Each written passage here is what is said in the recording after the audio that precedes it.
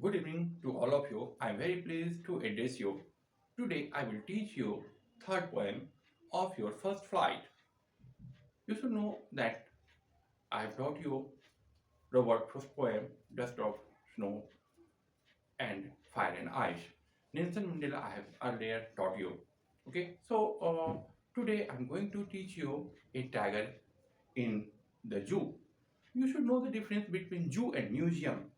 Zoo is a place where wild animals are kept as pet, and museum is a place where we get our past things, our ancient things as remaining. It is kept there, it is preserved there.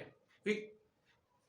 In this poem, we will get the description of a tiger who is in cage, who is in a museum, in a zoo. Okay, and as you know, the real abode of wild animals is jungle, forest, dense forest. They should not be kept in a zoo. They should be free from any restrictions because nature is their living place. Okay, but here the poet Leslie Norris describes the true situation: the tiger who is in the cage, or the tiger who is in a zoo, and a tiger who is in jungle or dense forest. And the poet presents the difference between the tiger in the jungle and the tiger in a zoo. Okay, so as we know, tiger's freedom is curtailed in a zoo, and he should not be kept in a zoo. As we know, wild animals are the puppet in the hands of man. Okay, they are not free, and we get tigers and other wild animals even in circus. Okay, so let us start the poem. Look here, this is your poem, and I'm going to read it. You can get that there are one, two, three, four, five stanzas, okay? And you should know that first and third and fourth stanzas tell us about the tiger who is in a zoo. Okay, again I'm telling you. The first and third, fourth stanza describes about a tiger who is in a zoo, and second and third stanza describe a tiger who is in jungle, who is in the real abode, real home. Okay, so let us start the poetry. He starts in his vivid describes the few steps of his cage on pets or velvet quiet in his quiet rage. He means the tiger is in a cage, he is in a zoo, he is in the cage, and in that cage he starts, he moves.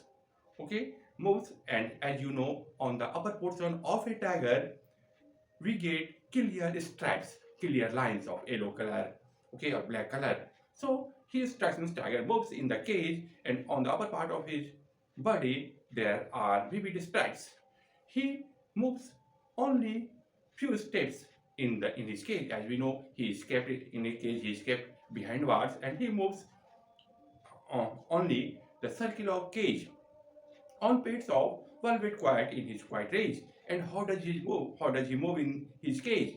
He moves, he moves, and his feet is like mattress, and it is very soft. Okay, and he moves quietly in his cage. There is no sound because his his pads, his legs are full of pads, full of mattress, and he moves quietly in his cage. But what is it? In his quiet rage, but he is very angry. Rage means angry. He is very angry because he can't go behind. He can't go behind out of the cage. His strength is limited. He can't go. That's why he is very angry. Okay. Now in the second stanza we will get the description of the tiger who is in jungle. As we know, he should be lurking in shadow, sliding through long grass. Okay.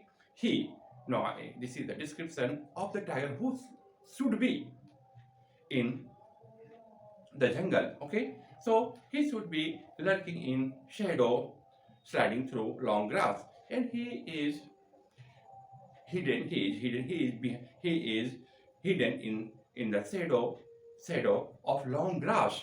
and in behind the long grass he is passing slowly. Okay, and near the water hole where plump deer pass, and he is near the water pool, water hole, pond. Okay, and he is waiting for his prey. He is waiting for deer. Deer, do you know why? Because deer, deer is the prey of the tiger. Okay, so he is waiting there, and he is waiting near water pool, and he is waiting for any deer, plump means fat deer, as his prey. He should be snarling around houses at the jungle's edge. And what should be? It is not so, but what should be? He should be growling around the houses. Okay, he should be roaring. Now he is in the cage in the zoo, but what should be? He should be roaring at the edge of jungle, at the edge, at the margin of the jungle. He should be snarling. He should be roaring. Okay, bears bearing his white fangs, his claws, terrorizing the village, and he is having white long teeth, and his claws is full of nails, and he is growling, he is roaring. As a result of it, the villagers living by the side of the jungle are very fearful. He has fear of when they hear the growling or roaring sound of the tiger.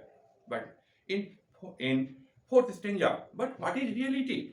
But he is locked in a concrete cell. He is stands behind bars. Okay, but that very tiger is now in behind the bar, behind in the cage, or in the cell, and he can't do anything. He has a strength, but his strength is limited. He can't break the bars of the cage. He is compelled to live in the cage. He is forced to live in the cage, starting the length of his cage, ignoring visitors. And he is moving in his cage. He is in great anger. Okay, and as you know, in zoo we get many visitors. Okay, they come, they see wild animals, and after taking photo, after giving them anything, he he watches the activities of wild animals. So, and the tiger ignores the visitors. He does not care of the visitors.